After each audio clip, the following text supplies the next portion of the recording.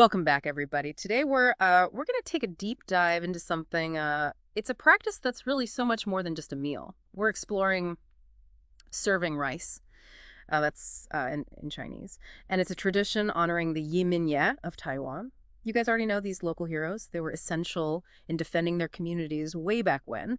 But what we're going to unpack today, using some insights from Hin Shisong's research, is how this simple act of offering food reveals these layers of respect and gratitude and even love for these figures.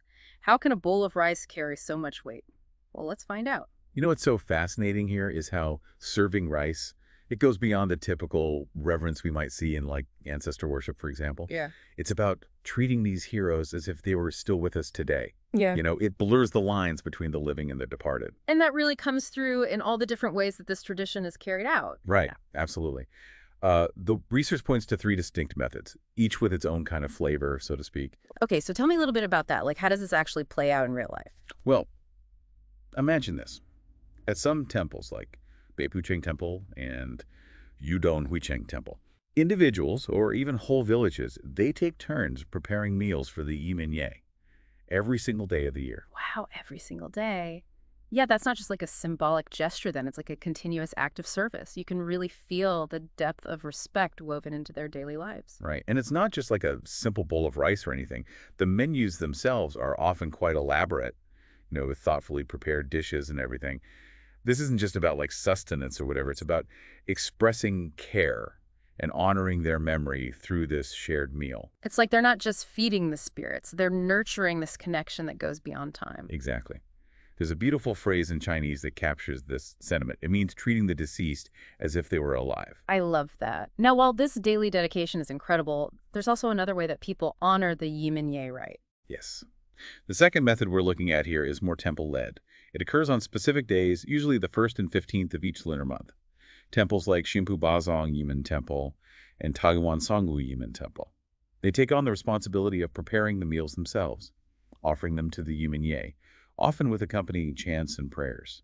So this adds like a layer of formality to the practice. It's like a communal expression of gratitude. It's almost like a grand feast, bringing the community together to pay their respects. That's a great way to put it. And even within this method, there are some variations. For example, the Zhudong Huiyan Temple, dedicated to the 3 mountain kings. They hold these offerings on the 2nd and 16th of each month, which highlights some regional nuances within this tradition. Oh, that's interesting. So we have daily dedication, temple-led ceremonies. What's the third way that people serve rice to the Yimin Ye? So the third way brings this tradition into the personal sphere. Families who keep a black flag in their homes. That's a symbol of the Yimin Ye. They also serve meals on specific days. It's a testament to the deeply personal connection that many families feel with these heroes. That's really cool. It's fascinating how this tradition extends beyond communal spaces and right into people's homes. Imagine having a personal altar where you continue to care for these heroes. It creates such an intimate connection, almost like they're a part of the family. And that's really what sets this tradition apart, this level of personal connection. It humanizes these figures, makes them approachable and beloved members of the community. You know what's striking is how all 3 methods, while distinct in how they're done, share that same core message of respect, gratitude, connection, a connection that even death can't sever. It really is something. It begs the question, why is serving rice, this specific act of offering food, so central to honoring the Yimin Ye? Why not other forms of offerings or rituals? Yeah, that is a great question. It makes you think about the role food plays in our lives in general, not just for keeping us alive, but for connection and expressing care. Is it because food is this universal language, something that binds us together, or is there a deeper cultural significance at play here? You're right on the money there. The article suggests there's more to it than just providing nourishment.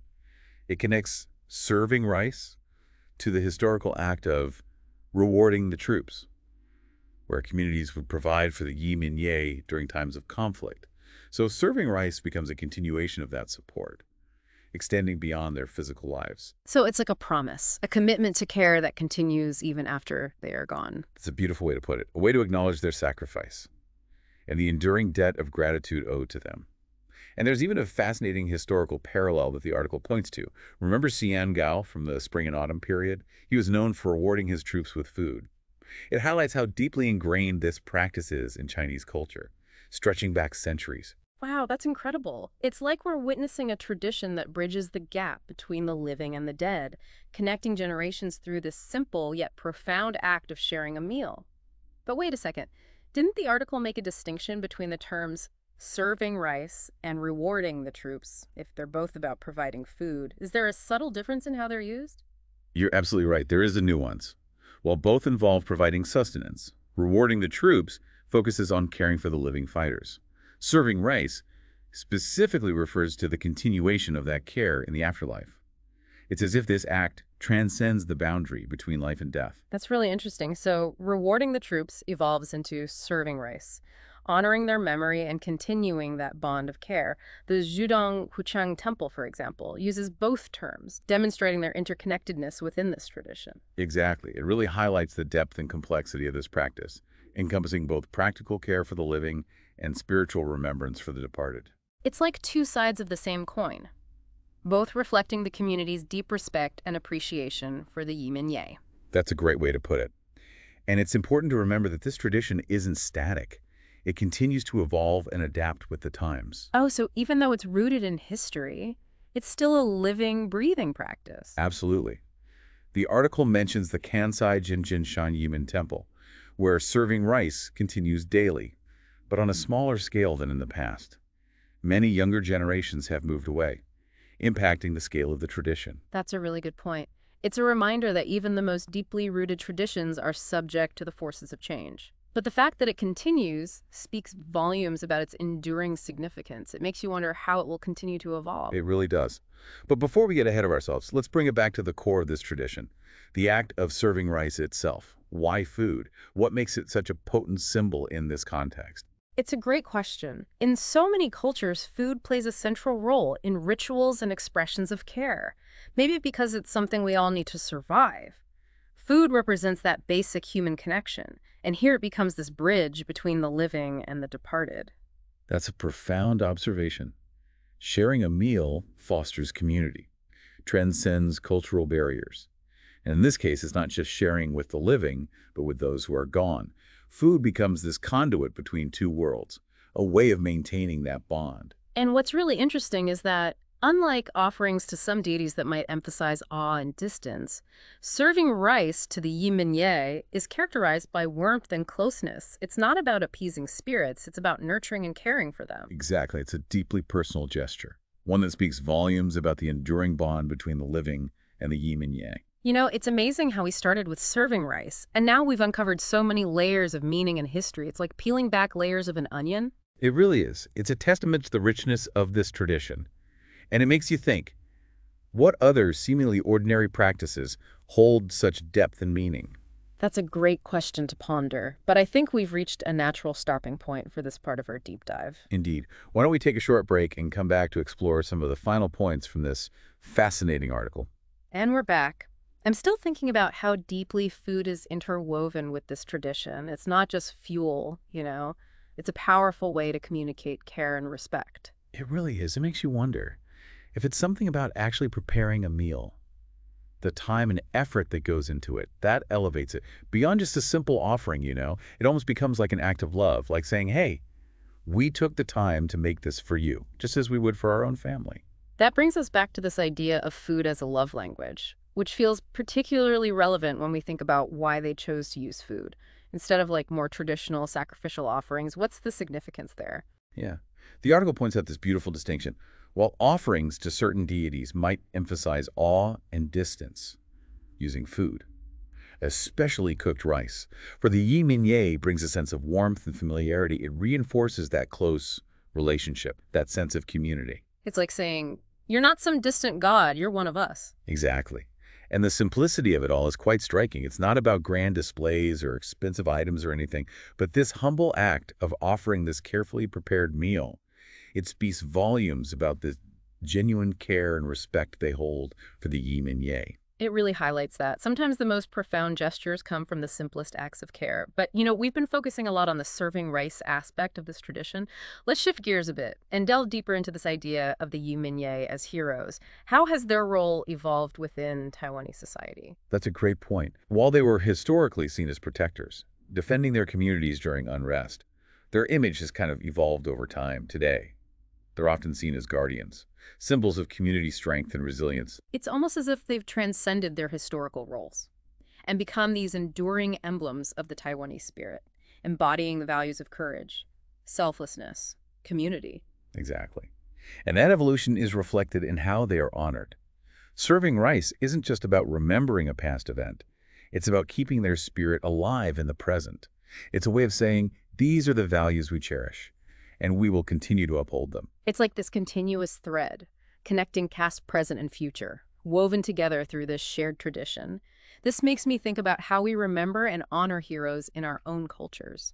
Do our practices offer that same level of personal connection and community involvement? That's a really thought-provoking question. Often our ways of remembering heroes can feel a little more formal, more distant. We might have monuments and holidays.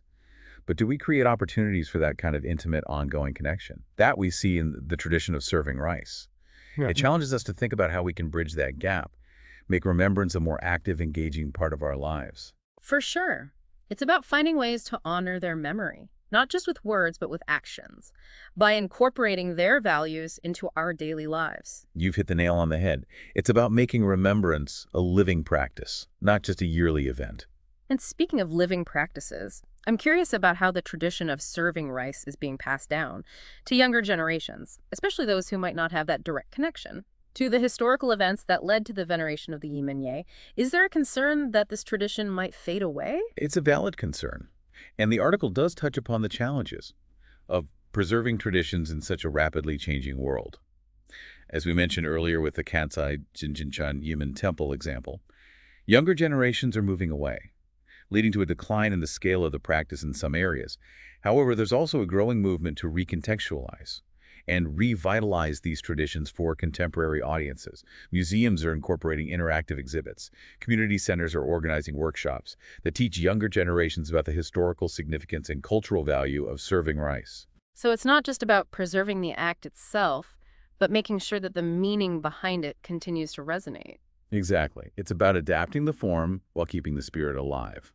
For example, some communities are incorporating storytelling and multimedia presentations alongside the traditional offering of food, making the history more accessible and engaging for younger generations. That's fantastic. It's a beautiful way to honor the past while ensuring that the legacy of the Yimin Ye continues to inspire future generations. And you know, when you think about the Yimin Ye themselves, they weren't professional soldiers, were they? They were ordinary people who rose to the occasion, defending their communities out of a sense of duty and love for their land. That's an important point. Their heroism wasn't born out of some grand ambition or desire for personal glory or anything like that. It was rooted in a deep sense of community, a willingness to sacrifice for the greater good. And that's something that transcends time and culture, isn't it? This idea of ordinary people stepping up to become heroes, driven by love for their communities. It's a universal story that continues to inspire us today. Absolutely. And the tradition of serving rice keeps that story alive, reminding us that heroism isn't reserved for a select few. It's something that resides within each of us, waiting for the moment to be called upon. It's a powerful message, and one that I think holds particular relevance in our increasingly interconnected world. It's a reminder that we are all interconnected, and that our actions, no matter how small, can have this ripple effect on our communities and the world around us. And sometimes, the most heroic act is simply showing up, offering a helping hand, or in this case, a carefully prepared meal to those in need. Beautifully said. It circles back to this idea of food as a language of love, a way to connect, to nurture, and to build community. And in a world that could often feel fragmented and disconnected, the tradition of serving rice offers a powerful reminder of the enduring strength of community and the importance of honoring those who came before us. It's a legacy worth preserving, a story worth telling, and a connection worth nurturing. But I think we've covered a lot of ground in this part of our deep dive. Let's take a moment to gather our thoughts, and when we come back, we'll delve into the final points from Hashi Song's research. Stay with us. We're back for the final part of our deep dive into serving rice. And you know, I'm still reflecting on that profound connection it creates between the past, present, and future. It really is something special. As we've been exploring this tradition, I keep coming back to this one question. Why food? What makes it such a potent expression of gratitude and respect and love for the Yimin Ye? It's a question that takes us deep into Taiwanese culture and values. The research emphasizes that serving rice, it's not about fulfilling some kind of religious obligation or appeasing spirits or anything like that. It's a deeply personal and heartfelt gesture, reflecting the close relationship between the community and these heroes. It's like they're extending that warmth and hospitality that they would offer to any living guest, but to those who are no longer physically present. Exactly. And, Yeah. Food in many cultures symbolizes care and generosity. So by offering a carefully prepared meal, they are expressing that same nurturing love and respect for the Yimin Ye. And the choice of food is significant too, isn't it? Simple cooked rice, rather than elaborate offerings. It speaks to that sense of familiarity and closeness. It's not about grandeur, it's about that genuine connection. Exactly. It's a reminder that the most profound expressions of love and respect are often found in those ordinary, everyday acts of care. It's about creating a space at the table, so to speak, for those who are gone, acknowledging their continued presence in the community's heart. It's amazing how this tradition challenges our typical understanding of how we interact with the past. It's not about keeping history at a distance, it's about weaving it into the fabric of daily life. I like that. In a world where heroes are often these distant figures, commemorated through statues and holidays and things, this tradition offers a much more intimate, personal way of remembering. It makes you wonder if there's something we can learn from this approach. Yeah, it really does. It's not just about remembering what they did, but keeping their spirit alive in a way, allowing their values to continue to inspire and guide the community. It's not just a passive act of remembrance, it's an active engagement, a commitment to carrying their legacy forward. Absolutely. Serving rice is a living tradition, one that continues to evolve with each generation. It's about finding ways to make the past relevant to the present, ensuring that the stories of the Yimin Ye continue to resonate with those who come after. This deep dive has been truly eye-opening for me. We started with a simple phrase, serving rice, and uncovered this whole world of cultural significance, historical depth, and heartfelt emotion. It's a testament to the power of tradition, to bridge that gap between the living and the dead, connecting generations through shared values, and a profound sense of community. So as we wrap up today, I'm left with this one question for our listeners. In a world that often feels fragmented and individualistic, what can we learn from this deeply communal way of remembering and honoring those who came before us? It's a question worth pondering. Perhaps it's a call to find ways to bridge that gap between the past and the present, to weave the stories of our heroes into the fabric of our daily lives, and to ensure that their legacies continue to inspire us, not just through grand gestures, but through simple, heartfelt acts of remembrance and connection. And on that note, we'll leave you to contemplate the enduring power of serving rice and the legacy of the Yimin Ye. Until next time, keep diving deep.